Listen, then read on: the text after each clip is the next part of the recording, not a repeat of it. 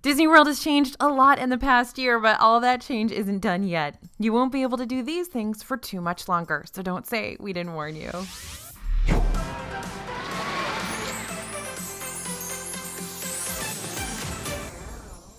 Hey everybody, it's AJ for Disney Food Blog.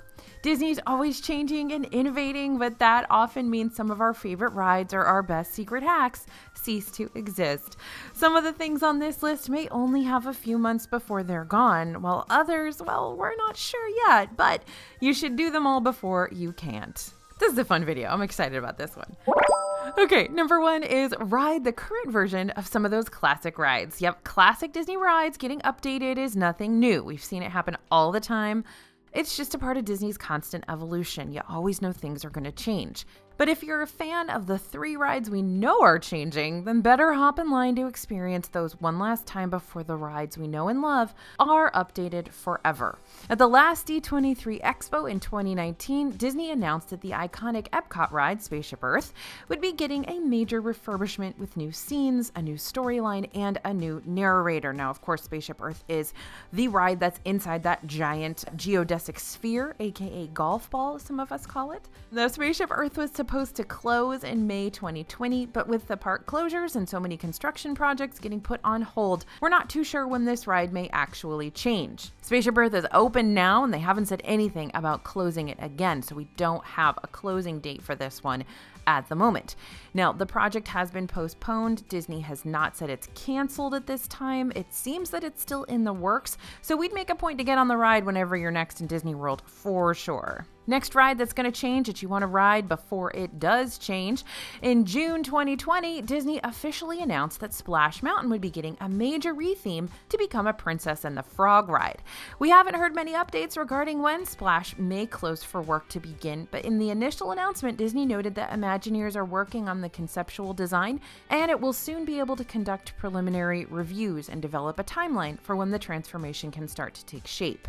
In November, it was announced that the retheming of Splash Mountain would be expedited, though that's the only timeline update we've actually heard.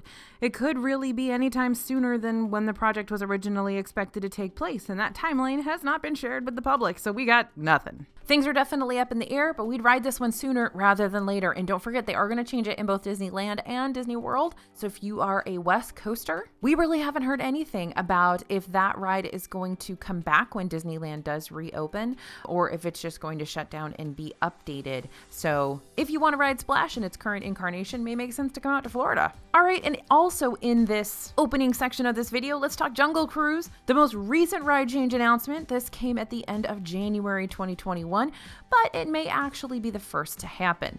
The changes to the Jungle Cruise are less extensive than Spaceship Earth and Splash Mountain, with just a few additional storyline elements and small changes being made to the Adventureland ride. There's no definitive timeline on when those changes are going to take place, but Disney reps noted that they hope to complete most of the work this year. And with extensive construction delays, those big refurbs might be pushed back into 2022 or later. But if you can, we'd recommend riding these ASAP. I know, it's hard. It's hard to ride Disney rides, right? As soon as Disney makes an official announcement, wait times are definitely going to soar. Okay, next thing you should do in Disney World before you can't, get a free ride to the airport. One perk of staying at a Disney-owned hotel was that you got free transportation to and from the airport with Disney's Magical Express, but Disney recently announced that that service will end after this year. As of January 1st, 2022, Disney's free shuttle bus to the airport is going to stop running, and we don't know what may replace it or if something will replace it.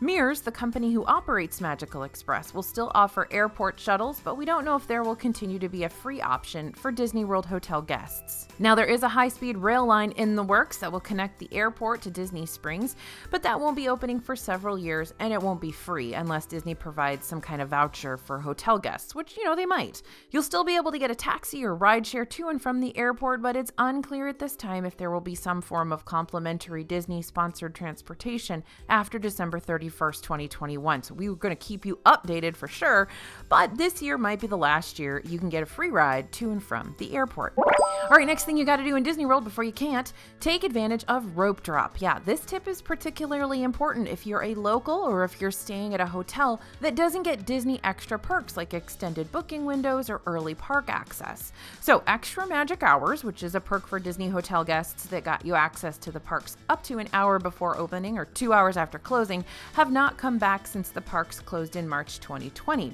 But Disney is introducing a new system that will let Disney hotel guests into the parks 30 minutes ahead of their official opening time. That's going to be for every park, every day. Previously, extra magic hours were only available at certain parks on certain days, so this new system's designed to help spread out crowds by offering the perk everywhere. 30 minutes might not seem like a lot, but that head start can mean knocking off 1 or 2 popular rides before the parks officially open, and that's a pretty big deal.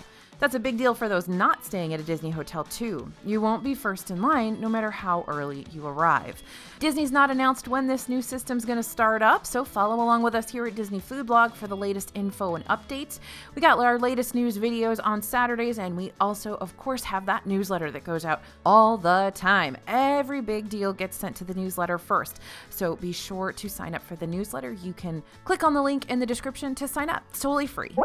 All right, the fourth thing you should do in Disney World before you can, enjoy a less crowded EPCOT. Yeah, EPCOT's about to get 2 brand new rides within 1 year, and one is a big deal thrill ride themed to what is probably the most popular Disney IP at the moment. Once Guardians of the Galaxy Cosmic Rewind opens sometime in 2021, this park is going to be super popular. That's going to mean it'll be tough to get a park pass reservation and guarantee you can even get into EPCOT. And if you do get in, there's going to be a lot of people, and they're all going to want to ride that new ride.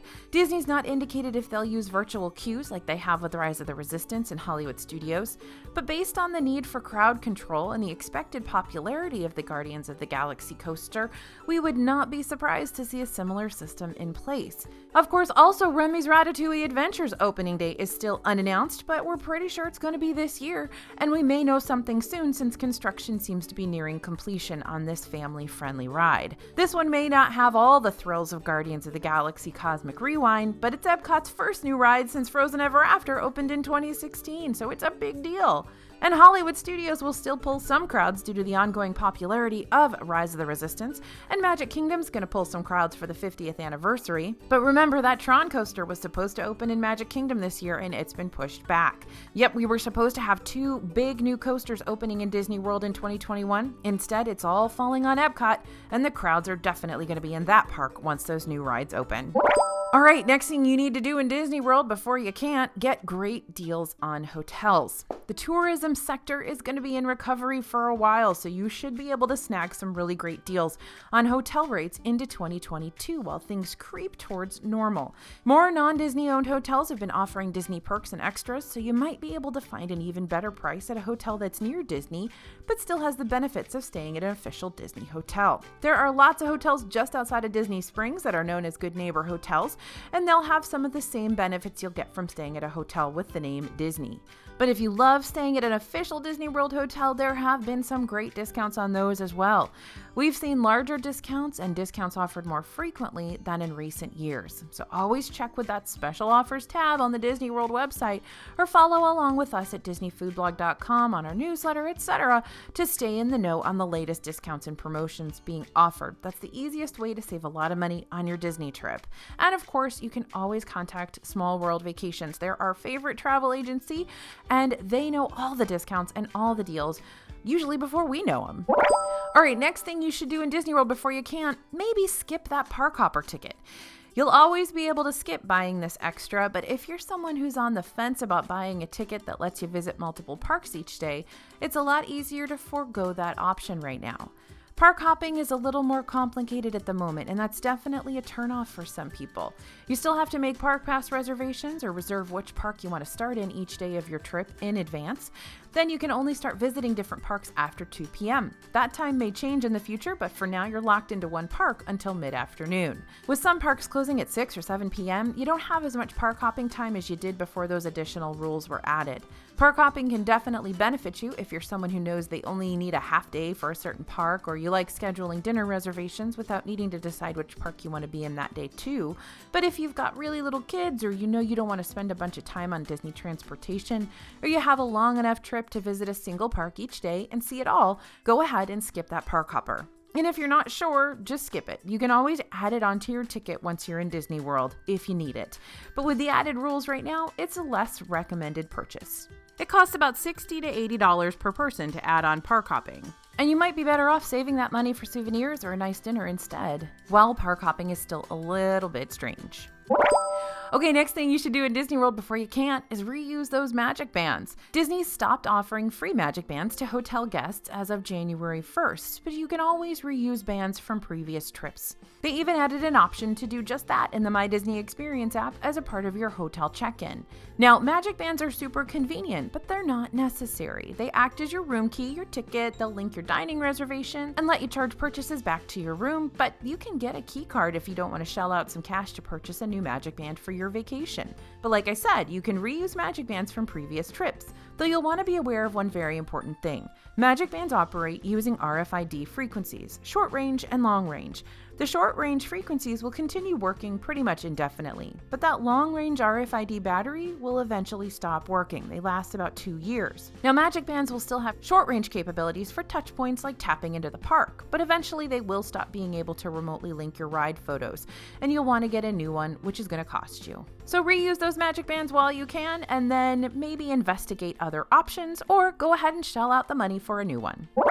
And another thing you should do in Disney World before you can't, make those October Park Pass reservations. Yep, Disney World's celebrating its 50th anniversary on October 1st this year, and that means there are going to be big celebrations and even bigger crowds. Well, as big as they can be, depending on what the limited park capacity is then. That also means the park passes are booking up, and if you're looking to travel to Disney World in October 2021, you better get planning and booking before you miss out completely. Remember, you need that park pass to get into the park. We've already seen park passes book up completely for Magic Kingdom on October 1st, and more park passes will likely be added as we get closer to the date. Disney World is planning on being able to increase park capacity based on vaccines, but don't leave it until the last minute. The parks are going to be real busy, and I think they're going to be real busy, honestly, from October 1st all the way to the end of the year.